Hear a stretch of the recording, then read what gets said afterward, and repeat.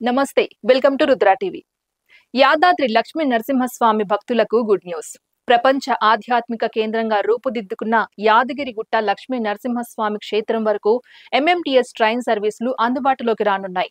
MMTS సేవలకు సంబంధించి railway అధికారులు ప్రణాళికను రూపొందించారు. దశాబ్దాల నుంచి ఆగుతూ సాగుతున్న యాదాద్రికి ఎంఎంటీఎస్ రైలు సేవలకు ఎట్టకేలకు మోక్షం కలిగింది. మాజీ ముఖ్యమంత్రి కేసీఆర్ కోట్లాది రూపాయలతో యాదగిరిగుట్ట లక్ష్మీ నరసింహస్వామి ఆలయ పునర్నిర్మాణానికి శ్రీకారం చుట్టారు. ఇందుకు అనుగుణంగా ప్రస్తుత సీఎం రేవంత్ రెడ్డి ప్రపంచ ఆధ్యాత్మిక కేంద్రంగా తీర్చిదిద్దుతున్నారు.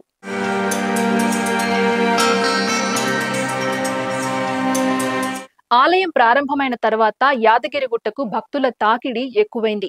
యాదాద్రి లక్ష్మీ నరసింహస్వామిని సాధారణ రోజుల్లో 30,000కు పైగా, శని ఆదివారం సెలవు దినాల్లో 50,000 మంది భక్తులు దర్శించుకుంటున్నారు.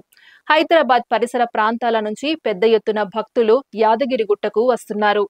అయితే యాదగిరిగుట్టకు ట్రైన్ సౌకర్యం లేకపోవడంతో భక్తులు ఇబ్బందులు పడుతున్నారు. చాలా మంది భక్తులు ప్రజా రవాణా వ్యవస్థ, ఆర్టీసీ మరియు సొంత వాహనాల్లోనూ వస్తున్నారు.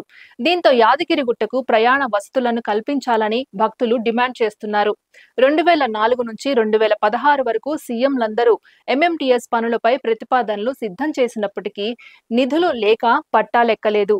యాదగిరిగుట్ట భక్తుల రద్దీని దృష్టిలో పెట్టుకుని ఎంఎంటీఎస్ 3వ దశ సేవలను ప్రారంభించాలని, అవసరమైన పలు సేకరణకు రాష్ట్ర ప్రభుత్వం సహకరిస్తుందని మంత్రి కోమటిరెడ్డి వెంకటరెడ్డి ప్రకటించారు.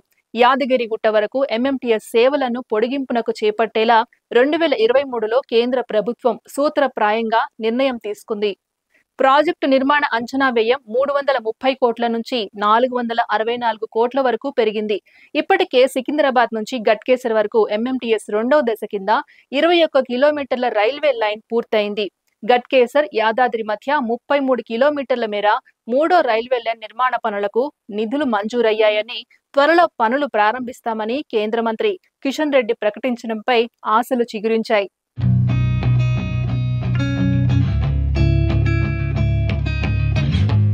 అమృత భారత్ స్టేషన్ స్కీమ్ కింద గట్కేసర్ నుంచి యాదాద్రి వరకు ఎంఎంటీఎస్ విస్తరణకు ఇప్పటికే టెండర్ల ప్రక్రియ పూర్తి కాగా జూన్లో ప్రాథమిక పనులు ప్రారంభం కానున్నట్లు కేంద్ర మంత్రి కిషన్ రెడ్డి ప్రకటించారు. ఈ నేపథ్యంలో కేంద్ర మంత్రి ప్రకటన ప్రాధాన్యం సంతరించుకుంది.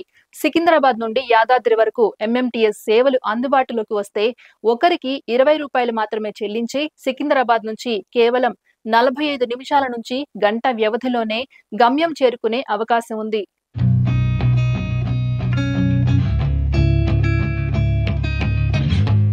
ఎంఎంటీఎస్ సేవల పొడిగింపునకు కేంద్రం ముందుకు రావడంతో భక్తులు సంతోషం వ్యక్తం చేస్తున్నారు.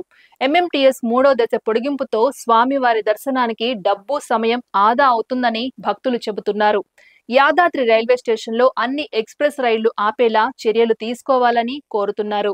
ఇది ఇవాల్టి అప్డేట్. మరో లేటెస్ట్ అప్డేట్ తో మళ్ళీ కలుద్దాం. అంతవరకు చూస్తూనే ఉండండి రుద్ర టీవీ.